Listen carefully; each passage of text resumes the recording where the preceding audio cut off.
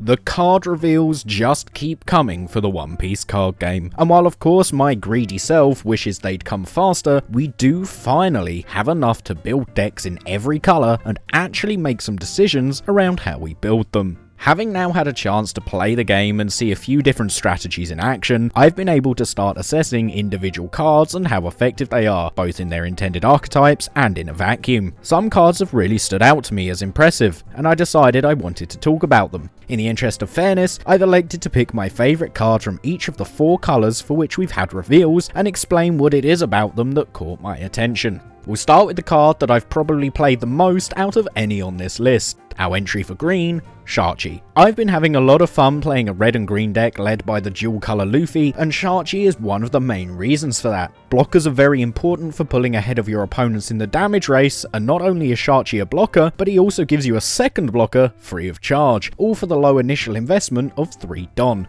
Resolving Sharky's effect is a huge tempo swing in your favour and can completely turn the tide of the game. The reason Sharky gets the honour of being my favourite green card rather than his counterpart Penguin is that for some reason Sharky has 4000 power. I honestly think it's kind of crazy to give him a high power like this. That leaves him only a single Don away from being capable of threatening the opponent's life total when he has such a good ability anyway. Overall, a cheap and strong blocker that provides huge value and can be used to finish games. A very good card. Next up is the second star of the red-green deck, the event card Gomu Gomu no Red Hawk. Until I started playing this game, I didn't realise just how important counters were, but now I know that they may just be one of the most important gameplay elements in your deck. While character counters can shield you from odd damage here and there, a well-timed event counter can be a blowout for your opponent. Red Hawk is the red entry in the cycle of 2-cost events that give plus 4k as a counter and have an additional effect. Saving one of your characters or your leader, preventing a second attack,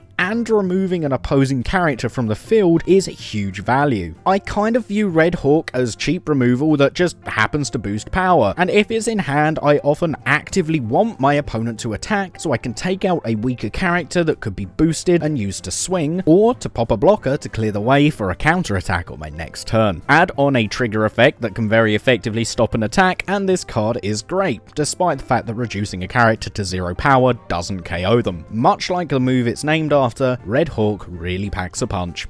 Finding a purple card was actually kind of a struggle. I haven't been too impressed with the reveals so far. Purple at the moment is giving off similar vibes to black in the early days of Digimon, where there seems to be a mixture of different archetypes, but none of them are fully fleshed out. There are cards that feel like they should be good, but there's just nothing really to do with them at the moment. Of course, it's still early days, and while the full purple starter deck has been revealed, we're still waiting on cards from the first booster set, so I won't condemn it just yet, as there are a couple of cards with some real potential if they get just 1 or 2 more support pieces. However, I have to pick a favourite at the moment, and I give that honour to Who's Who. Who's Who is a good 2-for-1 card with a decent number of targets. Don -1 feels like it's there more for flavour than actual balancing, but it's fairly easily mitigated by other purple cards. It was originally a real toss-up between Who's Who and Jack, seeing as Jack is effectively a 2-cost 4k character that gets you ahead on your Don curve, but Who's Who's ability to come down for free out of your life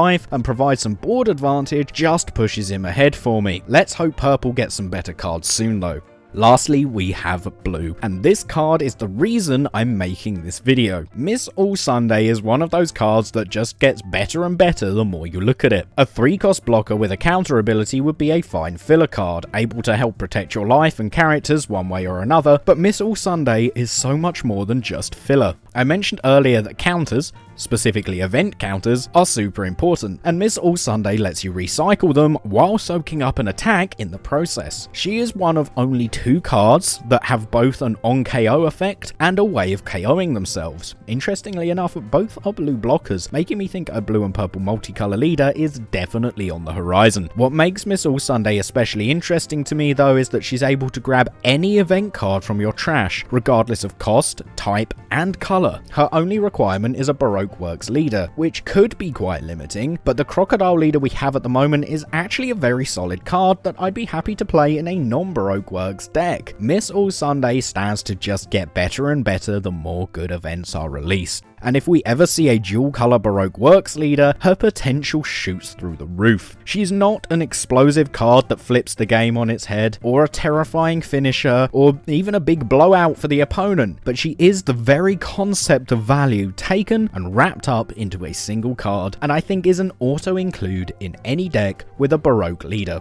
So those are my current picks for best card in each colour. I generally leant towards cards that had flexibility and provided good value to their deck. In the early stages of the game, tempo is king, and cards that help you pull ahead of your opponent are what you want to see over anything else. Until power creep starts to set in and the game becomes faster and more synergistic, with powerful combo plays starting to crop up, I think these are the types of cards you should be trying to identify and fit into your deck. Of course, this is all just opinion though, and you might think I'm a complete idiot. Feel free to let me know what you think in the comments, what cards you like, what you're excited to see with the upcoming reveals, and what decks have been catching your attention. Be sure to like the video and subscribe to see more content, both about One Piece and a load of other subjects. Also check the links below to find my Twitch channel, where I'm live 5 times a week and will be broadcasting tournament play once the One Piece TCG drops. The community over there is great, so I'd love to see you pop up and say hi. You can also find a link to my Twitter if you're interested in hearing my thoughts about TCGs, pictures of my dinner, and random thoughts that pop into my head when I should be sleeping. Thanks so much for watching, and I'll see you next time.